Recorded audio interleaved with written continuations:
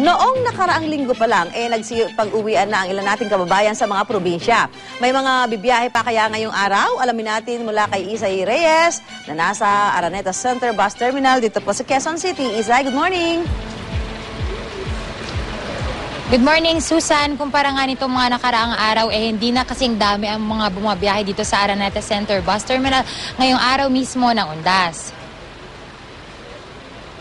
Nang dumating kami dito pa sa alas 3 ng umaga, wala nang 100 ang mga pasahero. Alas 2 daw ng umaga nang bumiyahe ang bus na Panaga at Legazpi.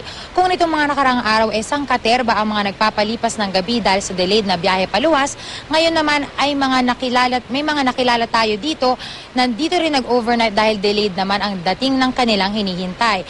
Ito raw yung mga bus na galing ng Bohol na siraan daw kasi. Magdamag pa rin ang pagroronda ng ating kapulisan at ng mga kawani ng MMDA pero naging mapayapa naman daw ang magdamag. Ayon naman sa mga volunteers ng Red Cross, wala ring serious medical case ang kanilang nahawakan magdamag. May mangilan-ngilan lang daw na nagpakuha ng blood pressure. Mas madalas ang biyahe ng mga bus na Pabicol at Naga dito kasi mas marami ang pasahero.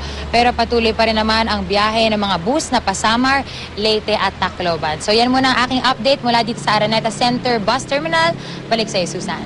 Okay, Isay, so hindi na nangyari yung parang inaasahan nila at inaasam na dagsa ng pasahero kahapon, di ba? Lalo kahapon half day yung mga government offices.